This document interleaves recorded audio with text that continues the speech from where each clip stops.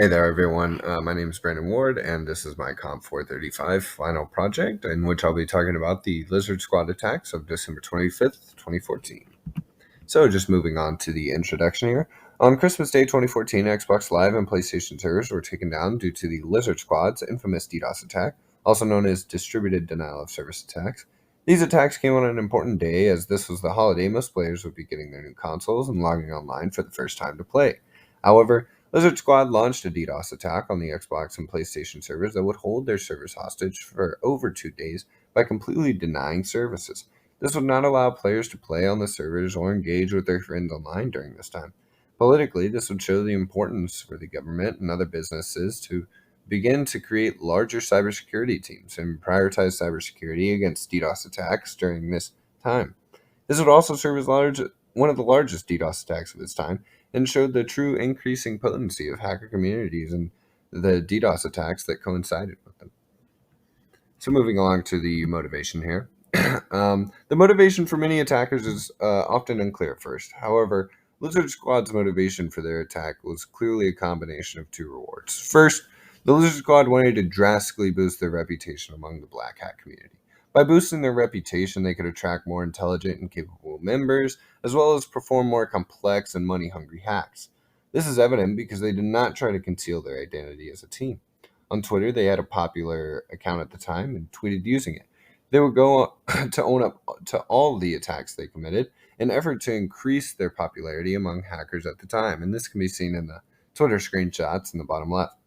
Secondly, the obvious and biggest motivation was money for the Lizard Squad, and they, as they held the servers hostage, they waited and waited until someone would pay up. And along with this, it put pressure on companies that promised a working product to pay up and just cave into the hackers.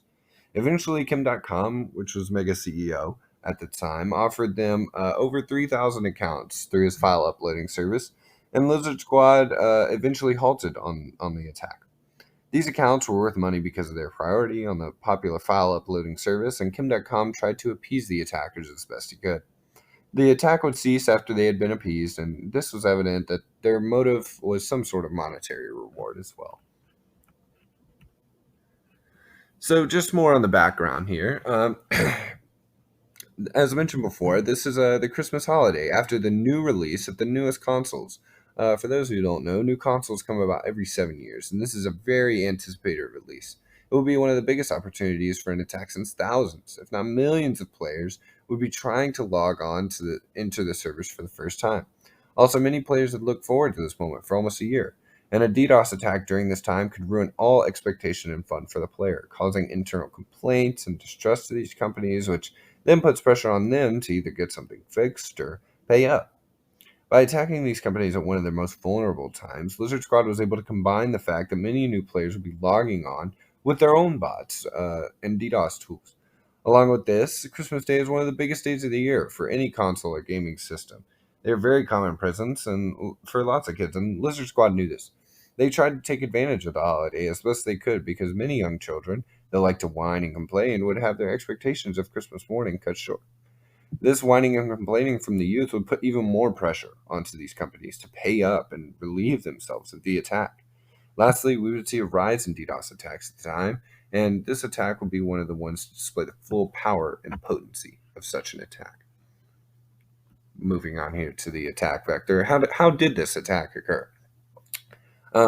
So, as mentioned before, the attack was a direct attack on the servers, and thus the most common and popular form of this attack during the time was the distributed denial of service attack, or DDoS attack. This specific attack was different than the typical denial of service attack because it was distributed, which meant thousands, if not millions, of different IP addresses were sending rapid requests to the game's servers in an effort to block out the actual clients who wanted to play.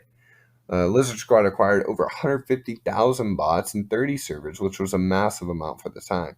These sort of numbers took months to acquire, and it would help them to hold the servers hostage for as long as possible. When they finally launched their attack on Christmas morning, it easily overloaded the servers when the attack occurred. Both PlayStation and Xbox had tweeted out about server issues at the time, but Lizard Squad would make it clear that these server issues were no mere coincidence. As mentioned before, Lizard Squad's motives lied in the fact that they wanted to increase their fame. By tweeting out and taking responsibility for the acts, they denied PlayStation and Xbox the ability to cover up what had happened. PlayStation and Xbox would attempt to cover it up and deny Lizard Squad one of their own motives, which would be fame. But this crumbled once many found out that Lizard Squad was behind the attack that had been planned for months. Almost all customers claimed that they were unable to use or access servers. Because of the distributed nature of the attack, Xbox and PlayStation couldn't simply block a certain IP address since they couldn't tell the difference between attacker and client. Because they had acquired such a stranglehold on these companies, it led to the Lizard Squad being able to hold the servers hostage for 2 days before being paid off by Kingdom.com. So, what are the real consequences of this attack? What is the fallout? The clear largest consequence of this attack was the temporary denial of service towards PlayStation and Xbox Live servers. This is the primary victim of the crime. For example, these companies and services were unable to make any more money or profits from their servers being offline, and also would have to assume the responsibility of having bad servers on the most demanded day of the year. Along with this, many young children that were receiving these new consoles for Christmas would not understand the attack. Instantly, many of them would attribute the poor performance to the company or its new console and become instantly frustrated. The secondary victims are obviously the clients and likely children or young adults that had waited to get this console and play it on Christmas Day. They had been waiting so long only to open up their consoles and not even be able to log on or play any games with their friends. A lot of them had had their experiences robbed and, in essence, made these children and young adults victims of the attack. Even myself, a young 14-year-old waiting for the new console, was victim of this attack, as I vividly remember sitting sad on Christmas night, not being able to play with any of my friends because the servers had stayed offline. While myself and other customers never suffered any true financial loss because the servers had been restored a couple days later, the true harm at the time was our emotional disappointment with the companies and growing distrust as young customers.